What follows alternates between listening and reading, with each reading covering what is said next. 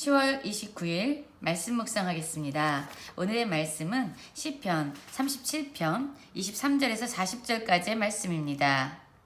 우리는 어제 37편 1절부터 22절까지의 말씀에서 악인의 번영을 보면서 불평하거나 시기하지 말고 주님을 신뢰하고 주님께 소망을 두라는 말씀을 살펴보았습니다. 오늘 그 후반부의 말씀을 살펴보도록 하겠습니다. 37편 23절입니다. 여호와께서 사람의 걸음을 정하시고 그의 길을 기뻐하시나니 그는 넘어지나 아주 엎드러지지 아니함은 여호와께서 그의 손으로 붙드심이로다 라고 말씀하고 있습니다. 여러분, 의인의 삶, 진정한 복된 자의 삶은 넘어짐이 없거나 엎드러짐이 없는 삶이 아닙니다. 우리는 악이었을 때 수만 번의 넘어짐과 엎드러짐을 통해서 걸음걸이를 배웠습니다.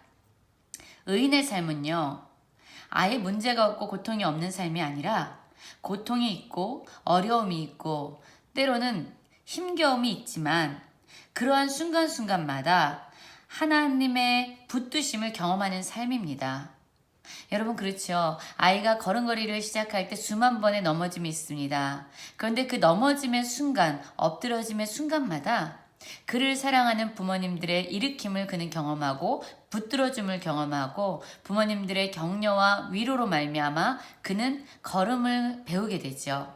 여러분, 그렇습니다. 진정한 복된 자의 삶, 진정한 의인들의 삶은요, 문제를 경험하지 않거나 아예 실수를 하지 않거나 아예 넘어짐이 없는 삶이 아니라 그 넘어짐의 순간, 엎드려짐의 순간 여호와께서 붙드시는 것을 경험하고 맛보아 아는 것입니다.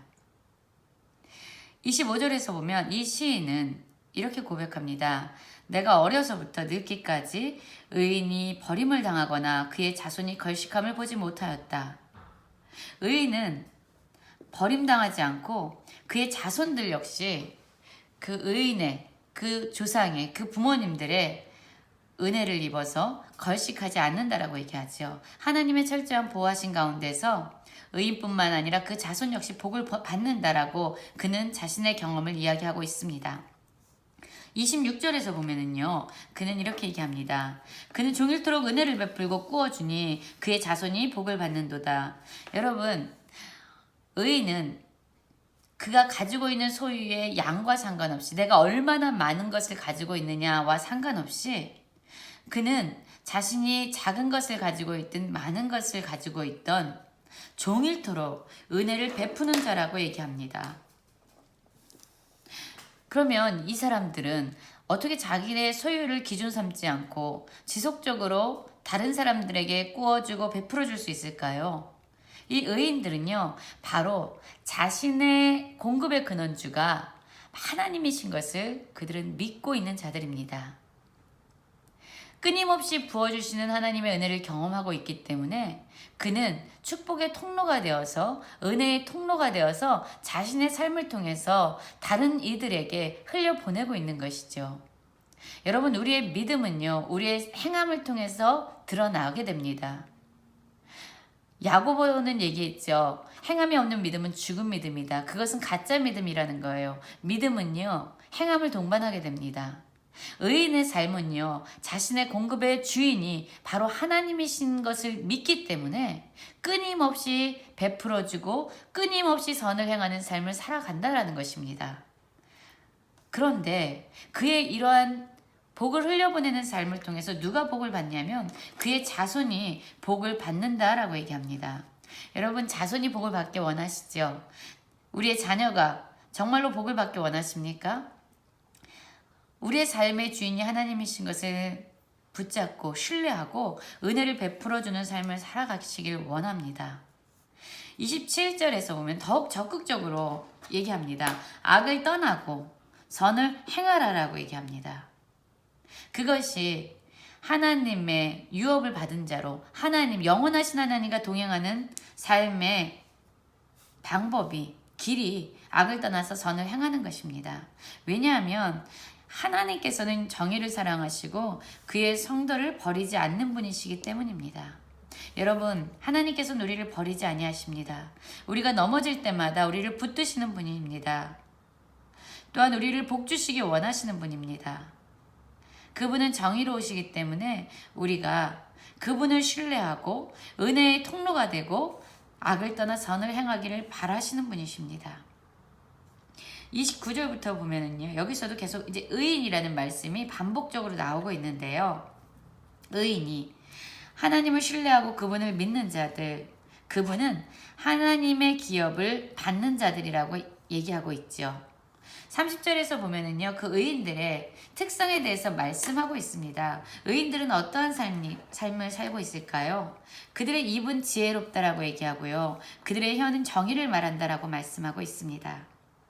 왜냐하면 그들의 마음에는 하나님의 법이 있기 때문입니다. 그래서 그의 걸음은 실족함이 없다라고 말씀하고 있죠. 여러분, 우리의 마음에 무엇이 있는가 하는 것이 바로 우리의 입술에 언어를 통해서, 말을 통해서 나오게 되고요. 또한 그 언어의 말은 우리의 행함으로, 행동으로 드러나게 되죠.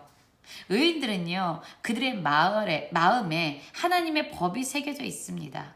그래서 그들의 입술은요, 지혜로울 수밖에 없습니다. 하나님을 경외하기 때문에 지혜로운 말을 하고 그들의 혀 역시 하나님의 성품인 정의를 말하게 됩니다. 그 결과 그들이 걷는 걸음, 그들의 행위는요, 실족함이 없는 하나님이 붙들어주는 삶을 살게 되지요.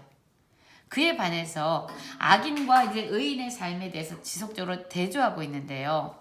악인의 삶은 어떠하냐면 의인들을 엿보아 살해할 기회를 찾습니다. 여러분, 아까도 우리는 말씀을 살펴보았죠. 의인의 삶은 고난이 없는 삶이 아니라 고난의 순간마다 여호와의 붙들어 주심을 경험하는 복된 삶이라고 얘기했는데, 악인이 의인을 엿보아서 고통을 주고 살해하려고 하지만 중요한 것은요, 그 순간에 여호와께서는 그를 악인의 손에 버려두지 아니하시고 재판 때에도 정죄하지 아니하시고 의인들을 보호하시고 철저히 돌봐주시는 하나님의 은혜가 있다라고 고백하고 있죠. 그렇기 때문에 우리는 어떻게 살아야 되느냐? 34절에 여호와를 바라라, 그의 도를 지키랴, 그리하면 내가 땅을 차지하게 하실 것이라. 악인이 끊어질 때 내가 똑똑히 보리로다. 우리를 괴롭히는, 우리를 대적하는 자들을 하나님께서 책임져 주신다는 거예요.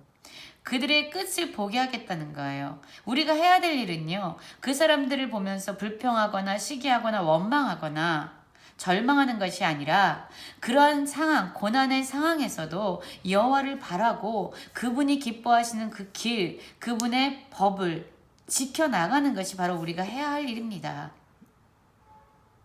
왜냐하면 악한 자들의 끝은요, 하나님께서 정하셨기 때문입니다.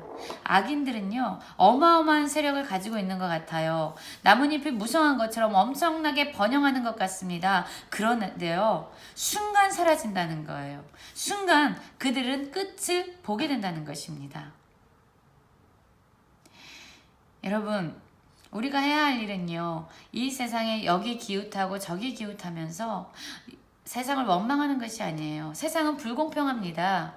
세상에는 악인이 존재합니다. 그러나 우리가 해야 할 일은 하나님을 신뢰하는 것이고 그분이 말씀하시는 것을 따라 사는 삶입니다. 그러한 자들에게 하나님은 평안을 약속하셨습니다. 평안한 미래를 갖기 원하십니까? 여호와를 신뢰하고 그분의 도를 행하십시오. 악인의 끝은 분명히 멸망과 그들의 끝은 파멸입니다. 39절에서 보면 다시금 이런 말씀을 하고 있습니다. 의인의 구원은 여호와께로부터 오나니 그는 환난 때에 그들의 요새시리로다. 여호와께서 그들을 도와 건지시되 악인들에게서 건져 구원하심은 그를 의지한 까닭이로다. 우리는 오늘 37편 24절에서도 살펴보았죠. 그는 넘어지나 아주 엎드러지지 아니함은 여호와께서 그의 손으로 붙드심이로다. 오늘은 그 말씀이 계속 반복되고 있습니다. 의인들의 구원은 여호와께로부터 온다. 환난 때에 그들의 요새가 되신다. 그들을 도와 건지신다. 악인들에게서 그들을 건지신다. 왜냐하면 여호와를 의지하기 때문이다. 여러분 힘들고 어려운 삶을 살아가실 때가 있죠. 우리의 힘으로는 해결할 수 없는 문제에 부딪힐 때가 있으시죠. 실족하고 넘어지고 엎드러질 때가 있으시죠.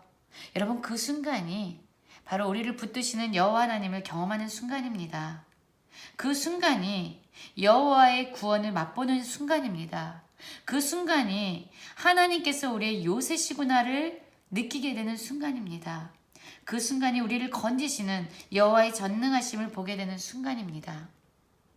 오늘도 많은 어려움과 환난 속에서도 여호와의 붙드심을 경험하면서 살아가는 모든 성도님들 되시기를 간절히 기도합니다.